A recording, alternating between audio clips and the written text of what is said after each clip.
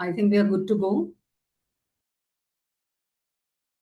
Okay, so hello everyone. A very happy Earth Day. So a very warm welcome to ECDF Global Voices, and we are live on Facebook. I'm your moderator, Smriti Shweta Samantre. So a very quick introduction of me. Like I'm a climate reality mentor. I was trained under Al Gore, under the organization, the Climate Project Foundation and the Climate Reality Project. So I have been working in the domain of sustainability and SDG 4.7, which is sustainability education, for more than 14 years now. And yes, my specialization is basically looking into curriculum design for the schools, education institutions, circular economy, then social impact, and so on and so forth.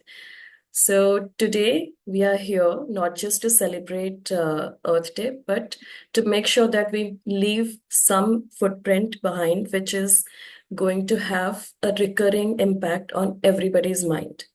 So here in this webinar, we are going to discuss a lot of things which actually matter at ground zero.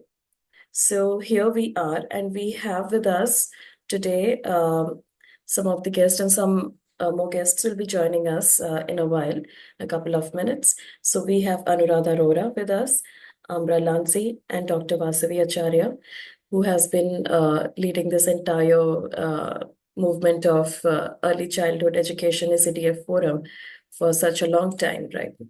So let me just do a very quick round of introduction to our eminent speakers who will be joining us for very, very insightful panel discussion today. So we have with us Dr. Vasavi Acharya. She is an early childhood education leader, and she has been leading a lot of discussions across various forums, various platforms for more than 2 decades now. We also have with us Amra Lansi. She is a pedagogical consultant and early childhood international consultant and psychologist from Reggio Emilia. She co-founded Bloom Boutique Atelier, which is a Reggio school in Bali, and directs Zero Say Project, a Singapore consulting company. And she has more than 20 years of experience in early childhood services. And she has a lot of feathers in her hat, just like our other speakers also. So, moving on to Anuradha Arora, she is a performing arts facilitator, communication coach, certified storyteller by Susan Pero, Australia. And she has her diploma in applied theater for social change by Imagine Action California, happiness coach, also certified by Happitude California. She is the founder of I Express Academy, nurturing the art of effective communication, self-expression, and theatrical skills. So we have with us our speakers who will be discussing a lot of things which actually matter when we start working and walking the talk that we always do about sustainability and early childhood education. So let's begin the discussion now. So, as the format goes, we will be having a few questions, one after the other.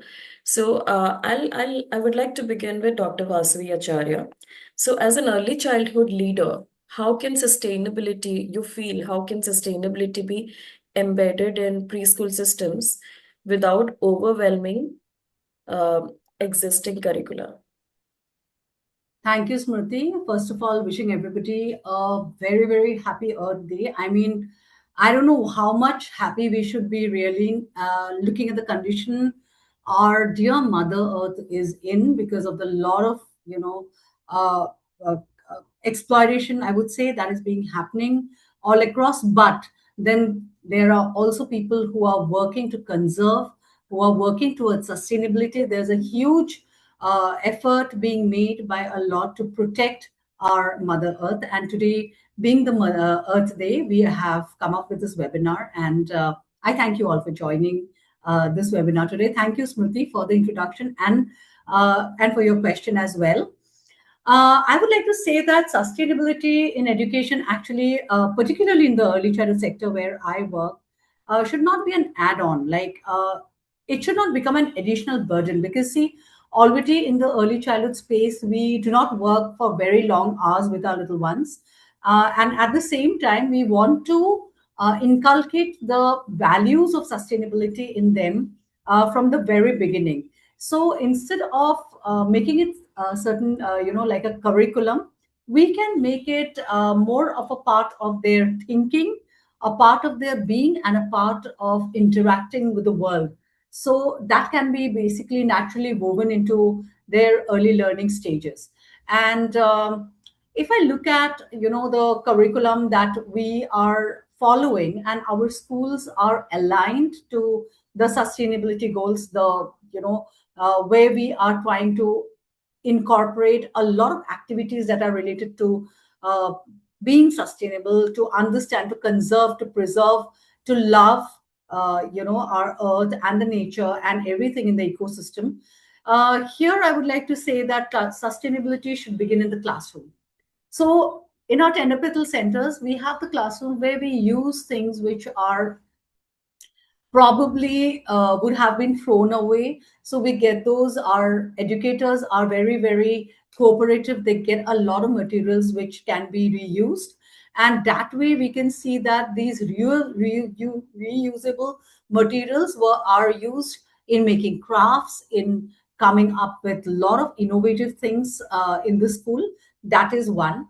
Also, I have used a lot of, in fact, done a lot of work towards planting, towards environment conservation, loving trees, hugging trees.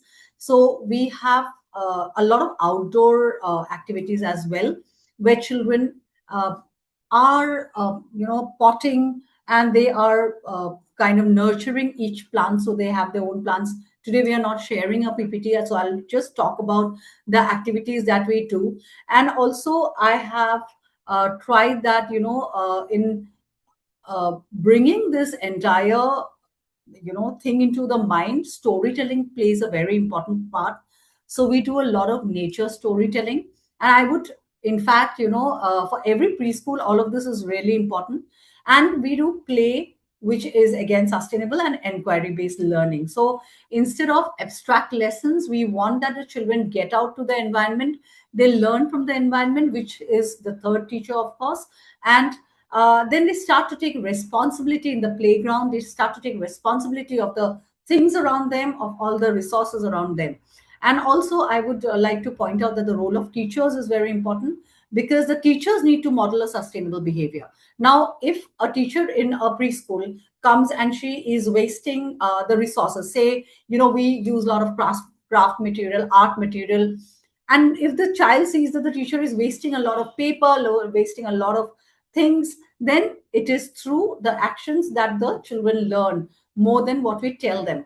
So the teacher needs to be following these, she needs to practice sustainability. She needs to be a calm individual, somebody who is very sorted and very, understands the feelings of the children as well, and is an empath. So we are looking at empathy, because when we are talking about sustainability, it is also very, very connected to compassion, empathy, love for one another, and understanding the inner harmony we have with the other individual, the other human beings, and also with nature. And beyond the classroom, I feel that partnership with parents is again very important, because in early childhood years, parents are our major stakeholders. And without the help of the parents, and without making parents our partners, we cannot do anything. So it needs to go back home as well. So we can follow different kind of activities like a no waste day, or we can recycle and have an exhibition done in the school to promote all of this. And maybe, the parents can use uh, uh, any wastage from the vegetables and all to actually use it in the growth of plants. So different kind of activities can be done at home also, and that is what I would suggest. So it's very easy to incorporate sustainability, but not as an add-on, but I would say as a day-to-day practice and a way of life. Thank you, Smriti. Thanks so much, Vasuvi. I think like two, 3 points which you have pointed out, we all are aware, but I think we always need to underline that. that it should not be an add-on, it should be there by default, just like the DNA of the entire education system, right? And yes, of course, setting examples are really, really important. And teachers being involved is going to make a lot of impact on children's mind, because they will be spending their most productive hours in their school. So the school hours will be like those productive hours where they can actually grasp a lot of things. And coming to storytelling, like you said, that I would like to move this question to Anuradha right now. Anuradha, you are a certified storyteller and you have been practicing that in various institutions for so long. So, how can storytelling be used as a powerful tool to introduce complex sustainability concepts to children of that early age? So, I mean, what kind of narratives that we can stick to? What do you think? Which tactics can be very, very impactful? Because we do get the technical jargons, right? But when it comes to those tiny tots, it's very difficult to, explain them what it is about and their learning. Uh, how do we do that? Thank you so much for having me here and for a wonderful discussion. Congratulations, everybody, on the Earth Day. I think very important question you have asked, Smriti, on how to such tiny tots do we teach a complex topic like sustainability.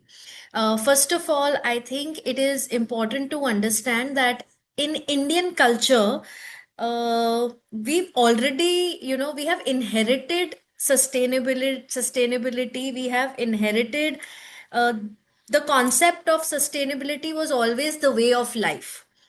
It's just that we have forgotten it on our ways, on our journey. We need to relook at it. We need to remember it again. Because if you see all our tales, Panchatantra tales, Jataka tales, all these tales, they have animals and birds as wise characters. They are not simply resources. We call the rivers, we call them, as we call the river Ganga Amma.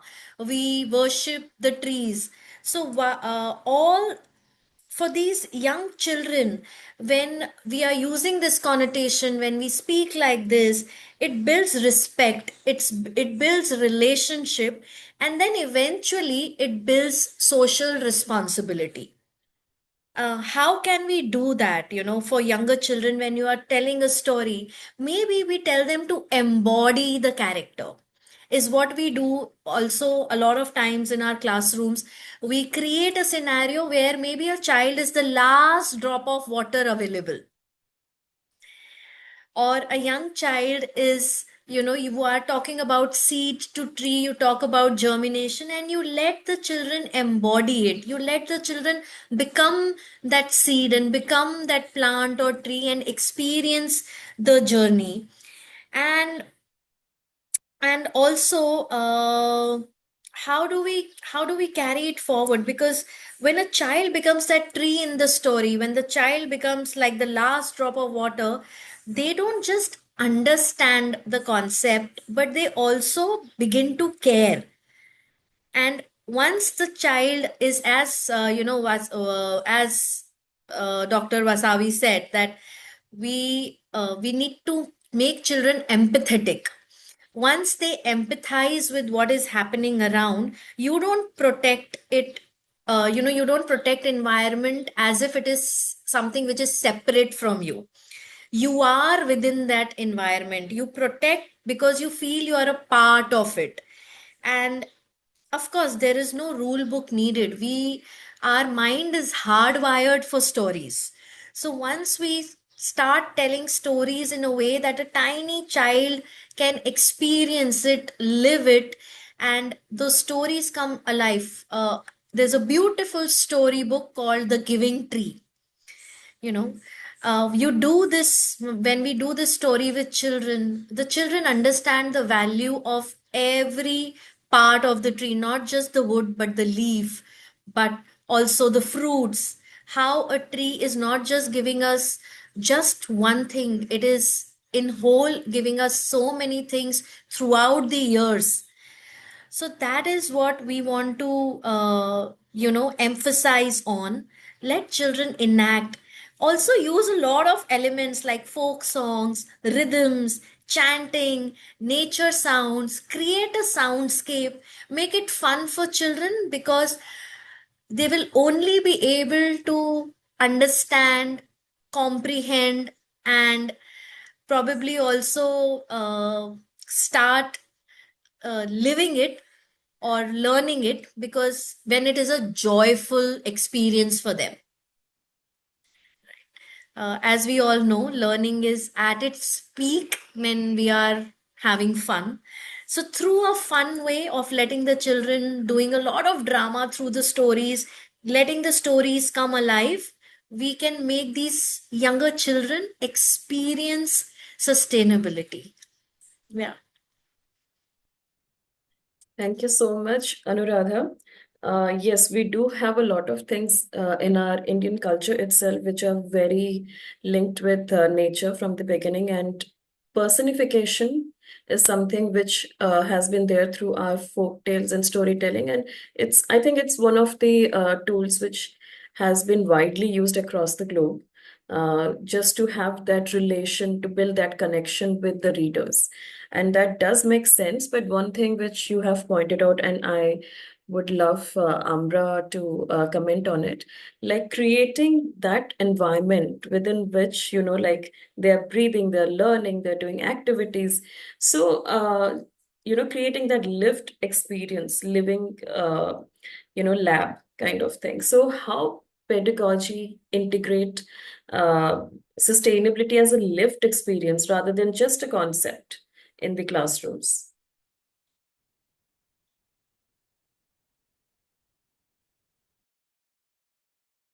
Amra, you need to unmute Yeah, yourself. sorry.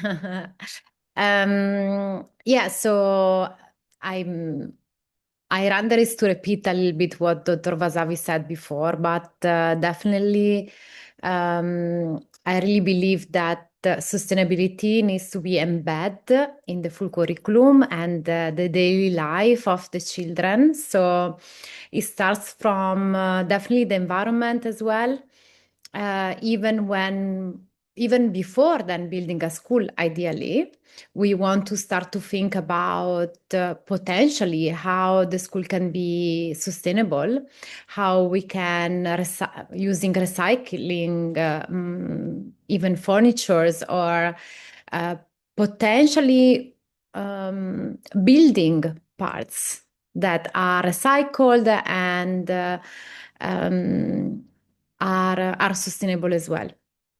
The environment needs to be as well, it needs to resemble nature in some way. So we don't want to invest into plastic as much as this is possible. I know that sustainability is a big topic, as sometimes we wonder what is really sustainable and what is not. However,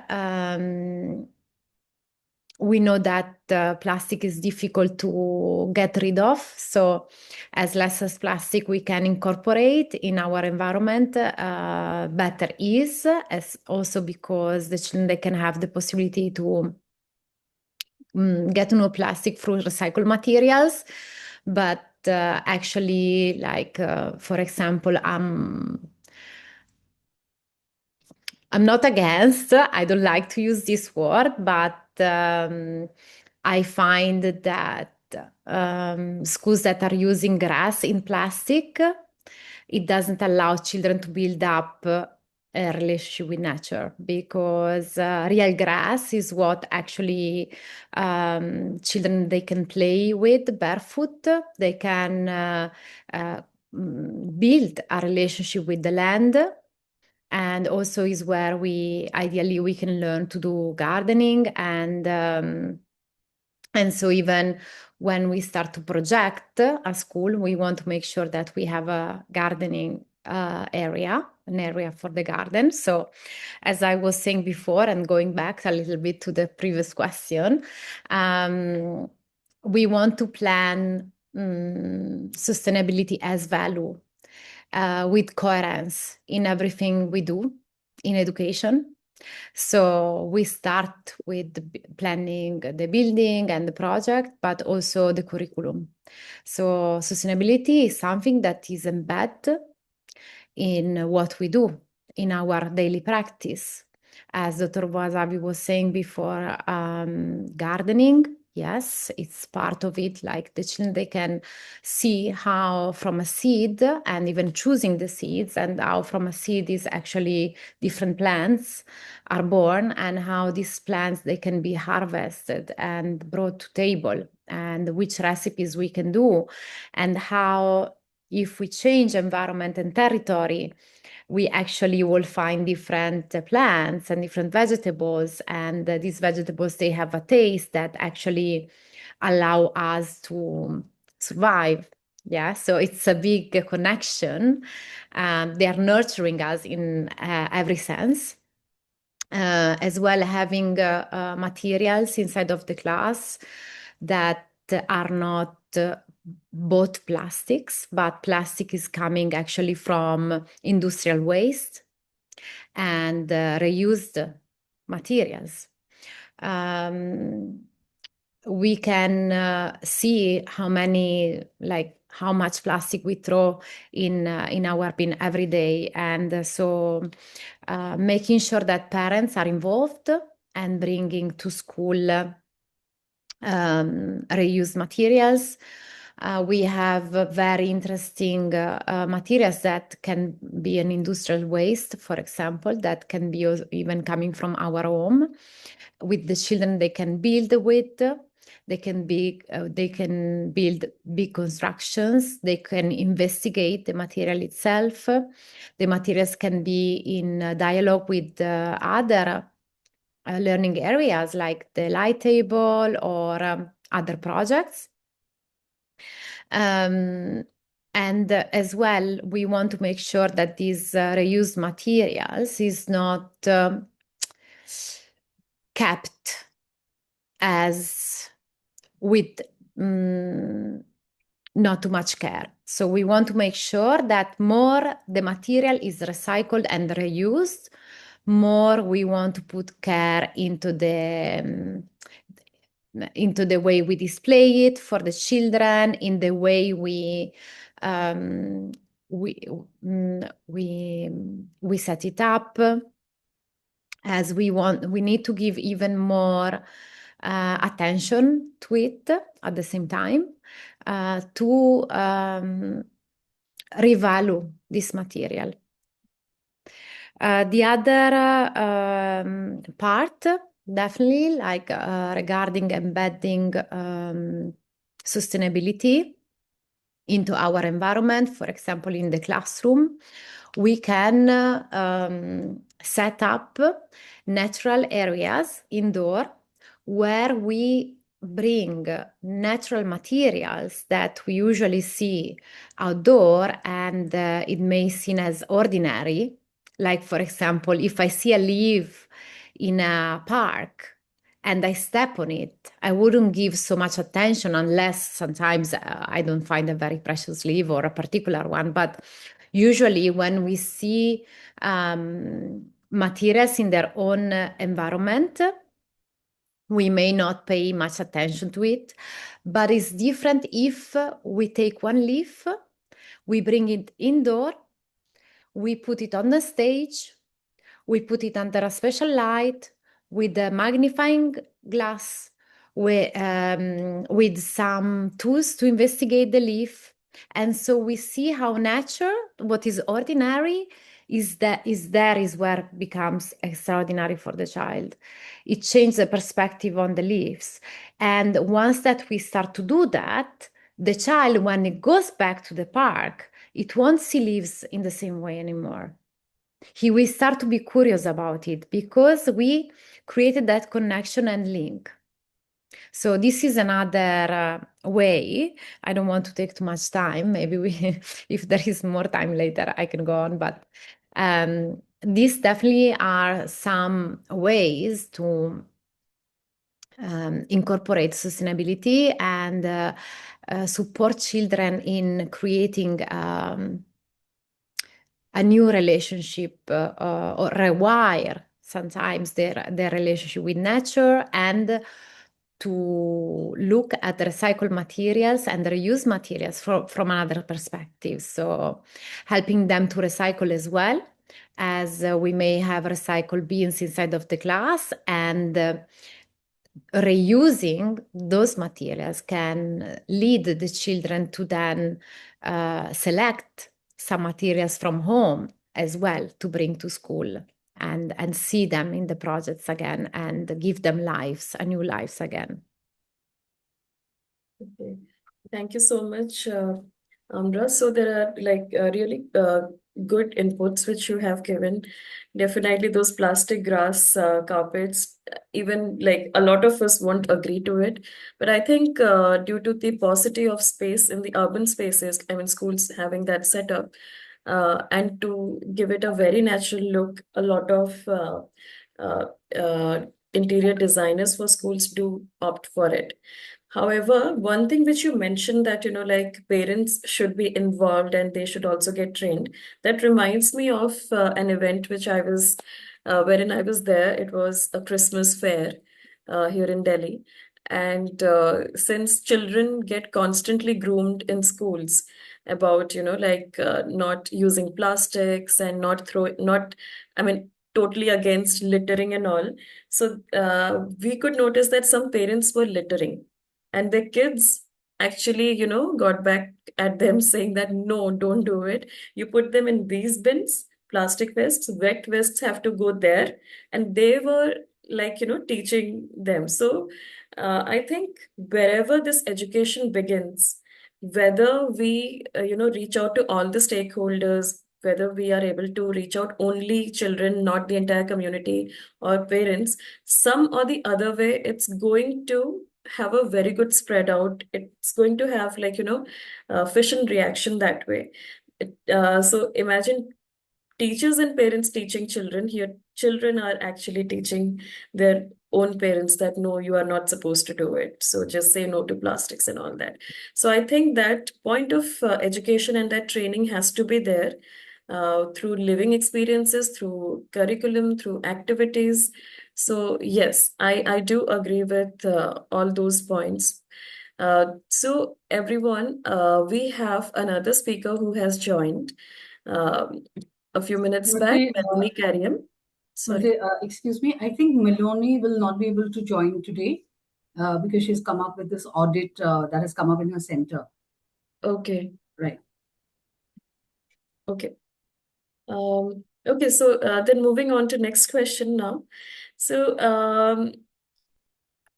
Vasavi, like you have come up with this PCEPT for early years, which is a brain-based framework, and I've gone through the website. It looks really good and very well structured, and which is what is like required, because a lot of people do get lost when it comes to this concept, right? So how does this approach align with sustainability goals into age-appropriate learning? Because here again, the most sensitive and the most crucial point is the age group, right?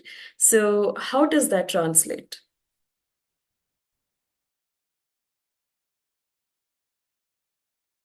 Unmute yourself, Vasu. You're on. Thank you so much, Smriti, for appreciating the website. I would want everybody to visit www.psep.in. And this is a curriculum that I have been working on since last 4 years. And I have also trained a lot of educators, and also there are some schools that have adopted. Now, when Smriti has given me this question that how it is applicable, and how the sustainability bit is applicable in PSEP, being working with children in early childhood, which is this age group from 2 to 6 to 8 years. So basically, Precept is a brain-based framework, and here we want the children to learn not through instructions, but through experience, emotions, repetition, relationship with the environment, and so forth.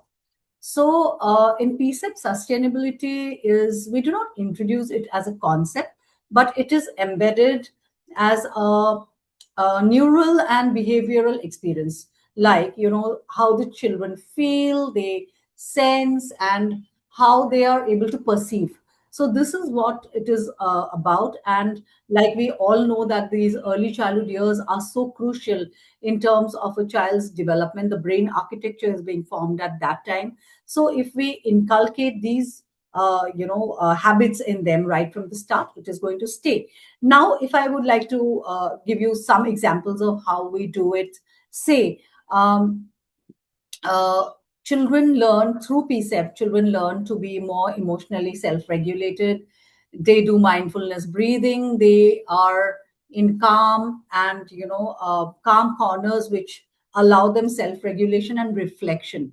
So when we are talking about sustainability, I feel that reflection and understanding, the value of things around us is a very important thing.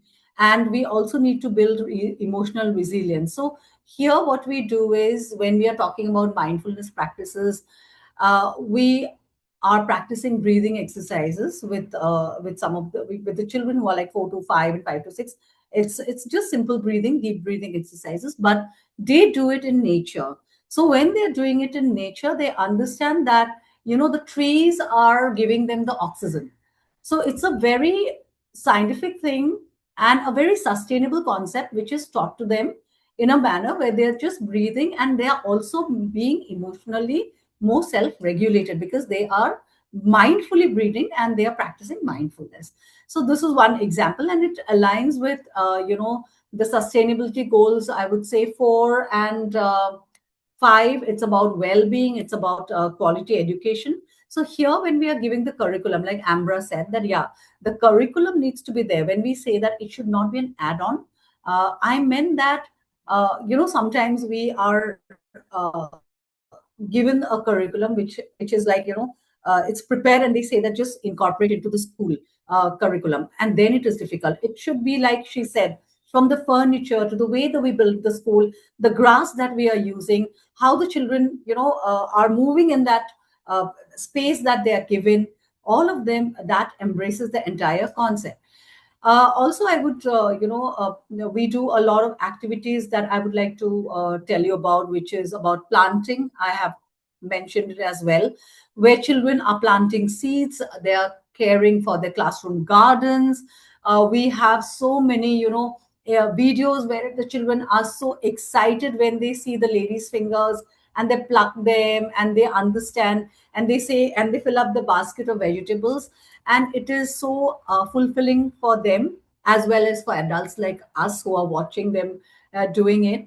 And then it's like an emotional connection that is there. So we need emotions. When we are sustainable, we need to connect to the concept, in the sense that we need to connect to the things around us. So the emotions are very much involved. And this is like, love my plants, the trees thing that my co-speaker said about. So here we are talking about life on land, where they are appreciating what is there on the land, and then some climate action also, which is, when we are the children are now being taught to put the switches off, lights off, fans off, conservation of water, conservation of electricity, a lot of things that have come in, no use of plastic bags. So they know all of that very well, that I have seen with my children. And then I would also tell you about responsible consumption, which is something that we are really focusing on.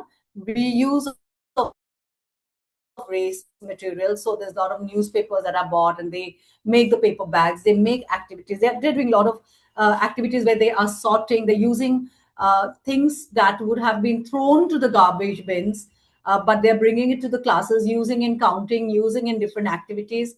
So we are doing this activity called Convert the Treasure, Trash to Treasure. So that's a very interesting activity, where the children feel very happy when they can get a thing which they think that we should be throwing it, but now it's come to, it's been made and decorated in a way that it can be reused. So they're really excited, and they think a lot about these activities, and I have seen that they question, ma'am, how can we do that? And as they grow older, 5 to 6, 6 to 7, I've seen that the children start questioning and they start getting involved with the activities. And then one of our goals is, peace, justice, and strong institution, which is again aligning with the SDG goal number 16. So here, that is the heart of the PSEP concept, where we are looking at conflict resolution. So when we are talking about conflict resolution, it's through guided dialogue, it's through the teacher role modeling. It is, about how empathetic we are, what are the kind of words we are using. So that is a word thing of kindness and inclusion. I feel kindness and inclusion is also a very big part of sustainability through the language and the dialogue and the feelings that we have. So we have a lot of peace circle time, we have a lot of peace storytelling. So now I'm coming up with one of my curriculum books where I'll be also putting some peace stories as well. And definitely, my co-speakers have talked about the parents being involved. So our, goals in terms of involving the parents in these kind of activities. So this is how PCEPT is including sustainability in embracing it in all forms, from applying it in the classroom, from the teacher's behavior. We also have our morning conditioning. It's called the PCEPT conditioning, because we want that our teachers develop a calm before they approach the students who come in from the warm homes, and they are like so small, and they're 2 to 3 years, and they come into an environment which is different, which is away from the home. And we want that the teacher should be extremely mindful. So we have our PCEP conditioning sessions that I've introduced in our schools, all of our schools, and those schools who have been inspired by a concept. So that is really working, and I feel that parents are helping us in the community work we do. Like, I think most of us have heard about Swachh Bharat. That that is one of the concepts that is for cleaning, for sustainability, and we practice that as well. So definitely, there's a lot of things going on through this concept, and I feel that it would make some changes in the little ones' lives that we are touching right now. Thank you, Smriti. Yeah, definitely. I think this is going to grab a lot of momentum. And secondly, the emotional bond, human connection, human communication also, especially in the era of AI and technology, we also need to understand that, nothing can replace this human communication and the connection that we build through all these activities. So again, I'll share one more, just one anecdote here. I had a visit to a primary school here in Delhi. So therein, like the entire school is a green school actually. So students have started keeping their own plant uh, pots in the classroom. Okay, so they have their, like name tagged with that particular plant, and it's their ownership. Like we were also talking about ownership. So they have that ownership to keep that plant alive and growing, and how to nurture, when to nurture. They're also kind of given a very small induction for that. So I just asked one of the students, like, okay, so you water it every day, and what if one day you are absent? So how does the plant get its food, its water? How does it happen? Then she said that my friend does it for me. And when she is absent, so I do it for her. So, like building that connection, building that friendship over just, growing a plant, nurturing a plant is such a beautiful thing that we never could imagine. We were just thinking technically from the perspective of building green spaces within the schools, inside the classrooms. But then this concept also evolved, and gradually children are also teaching us, like this is one way of looking at it. So that's a really, like an eye-opening concept for us. So now taking this story forward to Anuradha, so what elements I mean, we all are curious to know, actually. I wanted to ask this question as the first question, but then I thought, let me just do it in the flow. So, what elements make a sustainability story more impactful, more memorable? I mean, how their brain can retain more and better for better understanding. So, if you can just, share your views on that. Yeah, sure. Thank you for asking me that. Smriti, sustainability would seem like a very big and abstract term to a 2-year-old child, right? It is something very huge if we talk about it as a concept, as a word. So how do we inculcate in the child's life where it is not taught as a concept, but it has to be felt as a relationship, and then the child builds on to it, right? So how do we make it more impactful is, I always say there has to be connection before content. So there has to be a connection that the child feels before information. And also it has to be a very clear and a relatable action. So instead of saying save the planet, maybe as you said, the children started keeping a pot, their own pot in the class. So that is one action, and it eventually would lead to saving your planet, right? So there has to be an action, a clear action. Carry your own water bottle, tiny things that we can give our children to do where they feel that there is a connection, they build on that relationship. And then do not make them fear. I feel the stories should be stories of hope, because children feel empowered and they act upon something when they are not scared of it. So so these stories should be stories of hope, of how the earth has the capacity to rebuild, how we can actually nurture the earth to a happier space. So these stories have to be the stories of hope. And eventually, I feel it should be participation. It should be all the learning that is happening by doing. And I reiterate this because we have seen it happening in the classroom. When Dr. Vasavi said we make the children mindfully meditate, we do a lot of actions. That is when, the child takes the learning forward because they remember what they embody and not what they are told, right? So it has to be a lot of embodiment to build awareness. Children will also connect very deeply when it is a sensory rich storytelling to make it more impactful. Sounds of the rains. So, we use a lot of techniques of using your snap your fingers, clap or stomp for young children on the feet to create different elements from nature. It could be a thunderstorm, it could be crunching of the leaves or the wind. So that when your stories are rich in sensorial way, the child would be able to connect more to the concept, and then it won't be something which they would feel is a heavy thing or a burden, and they suddenly will be able to connect to it in a better way. And then everyday actions, these are your everyday choices, because in stories you can have a tap which is very tired because the water keeps flowing off that tap, and only when you put the knob off, the tap is very happy. Or the light bulb, we did that exercise in a class where the dustbin talks because people are mixing a lot of garbage. So you talk about wet and dry segregation through that. In the story, let the dustbin talk.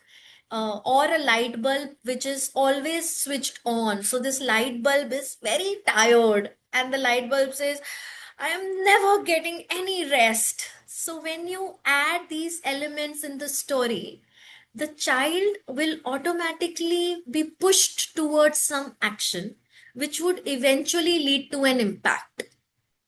So, having said that, you talked about participation also. So, Yes. like we know that teachers are also some way conditioned to, teach all of this, inculcate all of this in the curriculum. But how parents can also part of this co-creation of storytelling and um, Yeah. encourage sustainable habits. One or two points, if you can tell me, like two ways how parents can be part of this co-creation journey. Yeah, it is beautiful how parents can be a part of this and co-create when they can turn your everyday routine into something which is a story. As I told you, the light bulb is very tired. So something when the parents, are given maybe a list of things to do, switch off.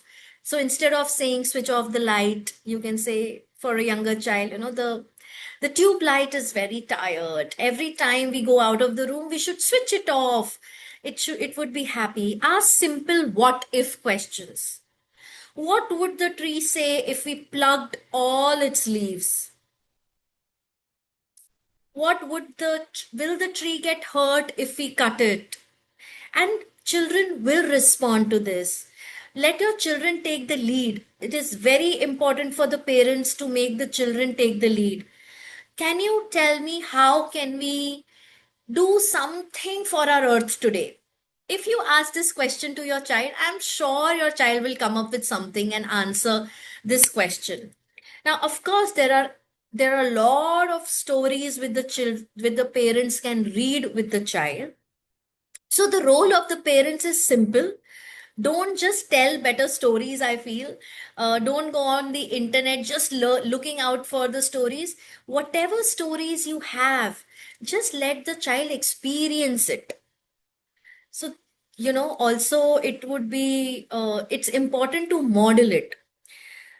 When a parent switches off a light mindfully, the child follows. When the parent refuses to use plastic consciously, the child follows. So we also have to, walk the talk. Yes, Yes. yes. Got your point. So, Yeah. yes, there has to be like different forms of engagement and involvement to make them realize that, what has been taught is actually happening here, and you need to, like implement all those things. That's completely true. And like Amra said, that sustainable community doesn't have any toxic behavior. That's definitely a very thoughtful say, and it's very logical as well.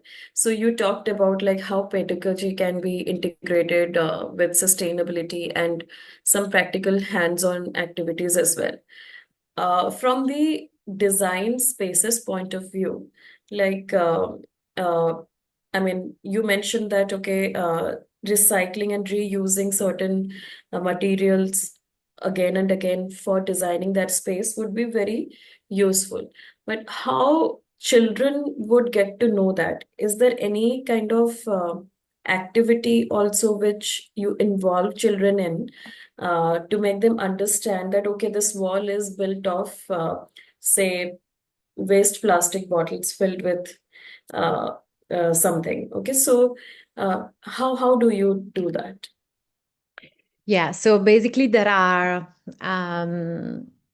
sustainable practices that we have on daily basis, like recycling bins that the children can also make a project about.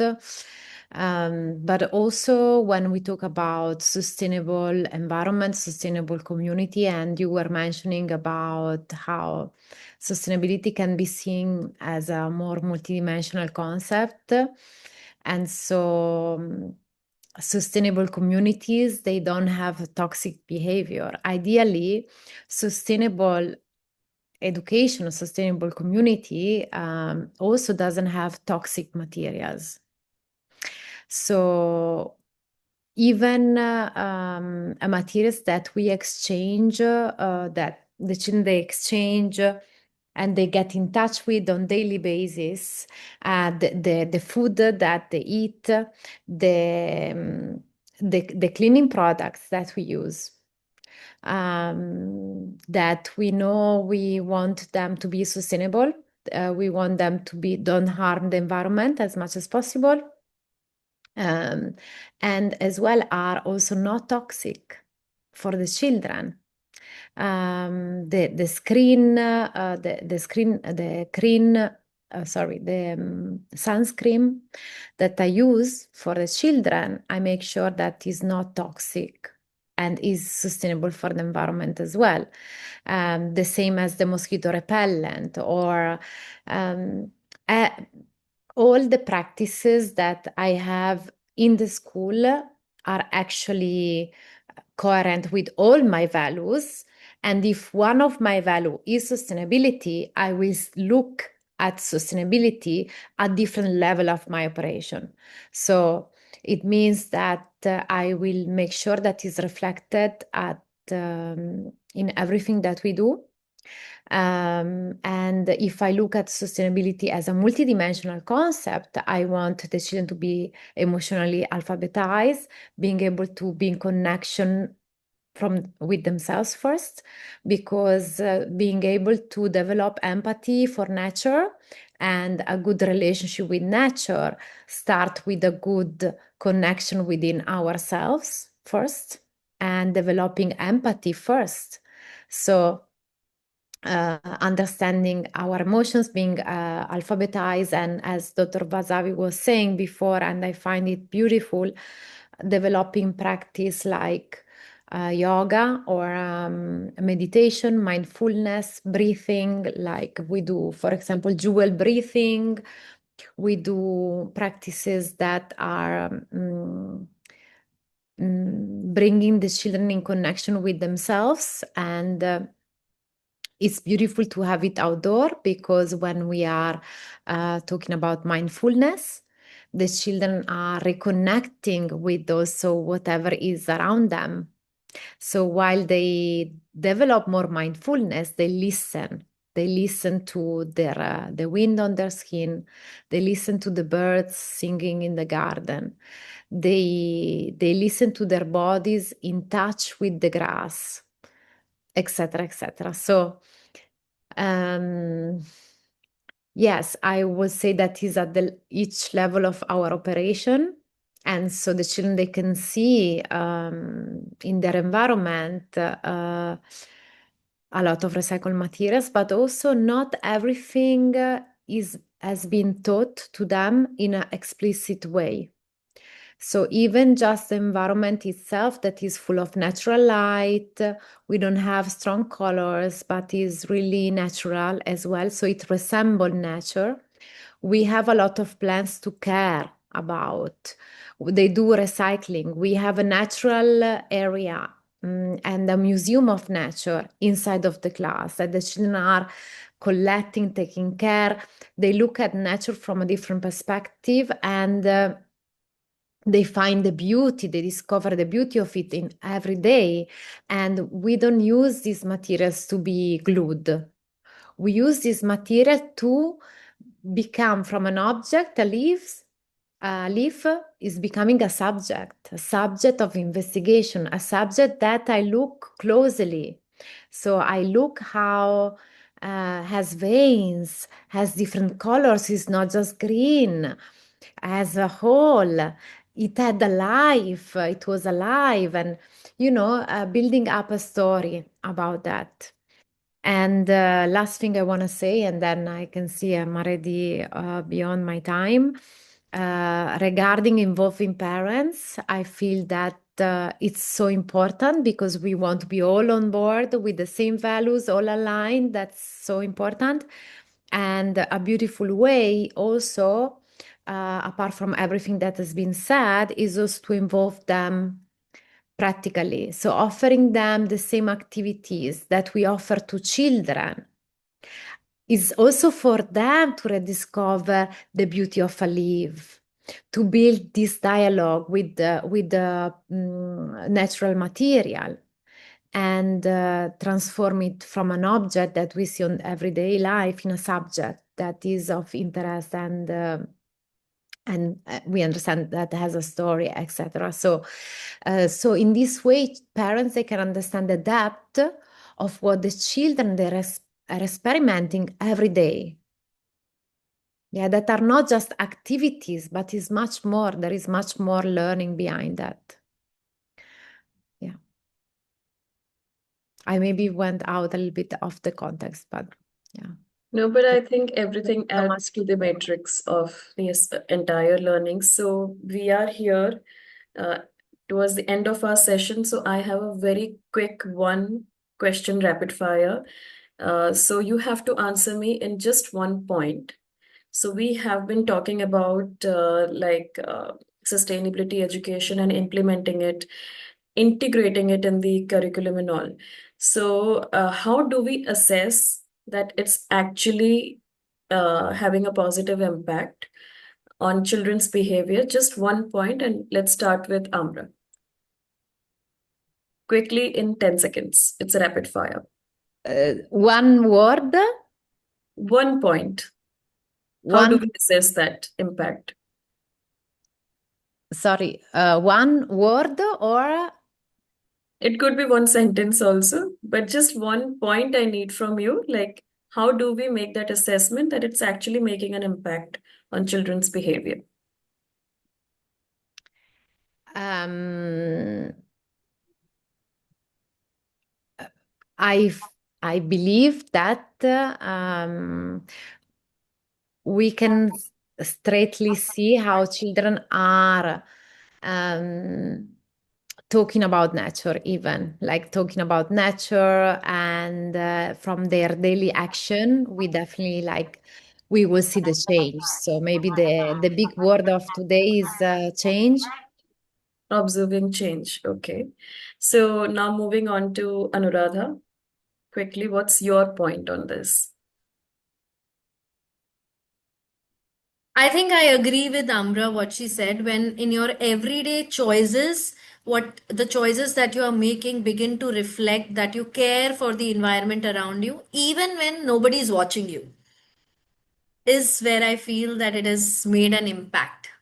So maybe they could be put into some kind of simulation and A simulation. then Yeah. observed. So I know this has been a surprise question, but Vasvi, we are not going to spare you either. So what's your answer? For that, I have already developed some kind of assessment and observation sheets.